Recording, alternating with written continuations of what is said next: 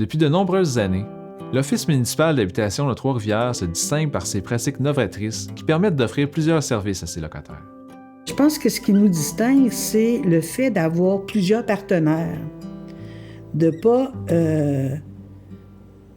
travailler juste à l'interne pour donner un service aux locataires, mais de diffuser pour être capable d'aller chercher le plus de partenaires possible si on part des projets pour pouvoir aider les personnes démunies.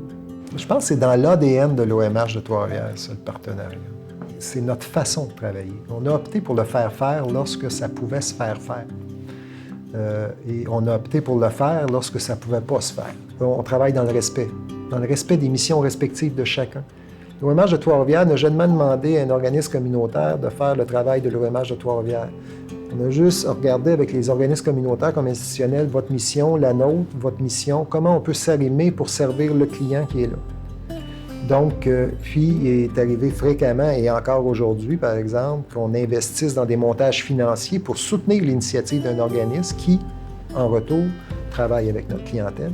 On en est arrivé même à libérer un certain nombre de logements dans nos milieux pour loger des organismes communautaires, des maisons de jeunes, des maisons de la famille, la maison des grands-parents, centres d'action bénévole, on peut les nommer. Là. Bon, la clinique de l'UQTR, entre autres, la clinique communautaire de l'UQTR, c'est des logements qu'on a libérés en retour de service à notre clientèle. On a la chance de travailler avec l'Office municipal d'habitation de Trois-Rivières. On travaille beaucoup de façon conviviale avec les organismes, avec les ressources du milieu. On les sent toujours là, très soutenants, très présents, mais pas contrôlants. Dans tous les projets qu'on a fait, l'Office était tout le temps là, pas juste dans une signature de papier, mais aussi dans la mise en place faire partie des différents comités. La vision du partenariat est la même avec les associations de locataires ou le comité consultatif de résidents qu'avec les partenaires du milieu institutionnel ou du milieu communautaire, voire même que le comité consultatif de résidents à Trois-Rivières a choisi dorénavant de s'inscrire comme étant un comité de concertation où les partenaires vont siéger au comité avec les résidents pour partager sur les enjeux, les besoins, les ambitions à l'égard des locataires en HLM. Ils font contribuer le résident à l'ensemble de leurs projets pour que eux-mêmes, les résidents, prennent conscience de leurs besoins et puissent bâtir avec des acteurs du réseau des programmes qui répondent à leurs besoins, des programmes d'aide à l'emploi, des programmes, dans le fond, pour de la réinsertion sociale aussi, ou juste tout simplement briser l'isolement. L'Office est à l'écoute aussi des locataires. Il y a une espèce de symbiose.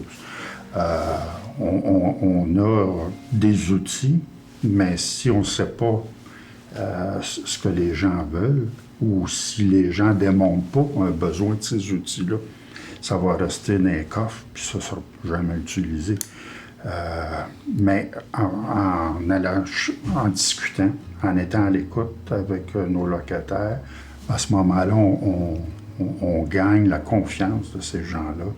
Et puis, ça prend juste 2-3 success stories pour pouvoir embarquer les autres locataires et dire, ben mon Dieu, c'est vrai qu'ils nous écoutent, c'est vrai qu'ils ne demandent pas à la lune, ces gens-là, mais le petit peu qu'on peut leur donner, on le fait avec plaisir. Une des valeurs importantes, c'était de travailler avec nos représentants de locataires sur les conseils et les associations.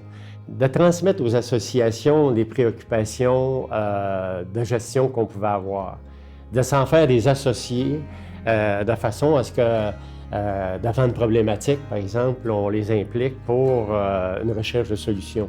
S'assurer de trouver une solution qui ne soit pas en dehors de la réalité que pouvaient vivre les locataires.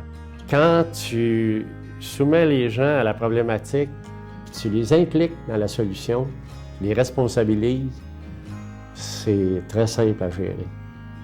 Ça devient des alliés plus que des gens à convaincre.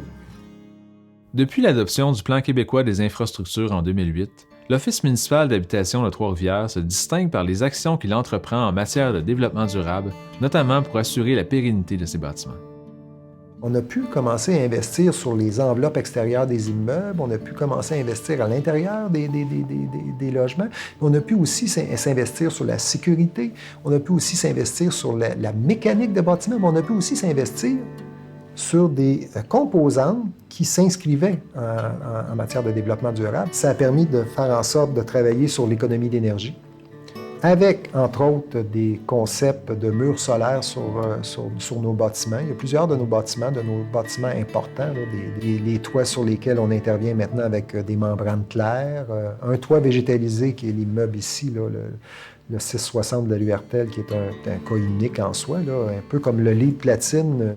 On est intervenu sur le plan de l'économie d'eau potable en changeant, chaque remise à neuf de logement, on changeait nos cabinets de toilettes pour réduire nos cabinets de toilettes au minimum possible pour fonctionner, et donc évacuer l'eau. Il y a une vision entrepreneuriale dans notre gestion, dans notre façon de faire, qui est portée par notre passion. Et ça, s'il y a un qualificatif qui nous distingue, c'est ça, la passion. Et on a construit une organisation avec les années où on a des employés engagés, mobilisés, qui font en sorte qu'on a un OH qui se démarque par ses façons de faire, puis qui se démarque par l'innovation. C'est tout, c'est un tout. C'est ça qui fait en sorte qu'on est ce qu'on est aujourd'hui, puis qu'on est arrivé où ce qu'on est aujourd'hui.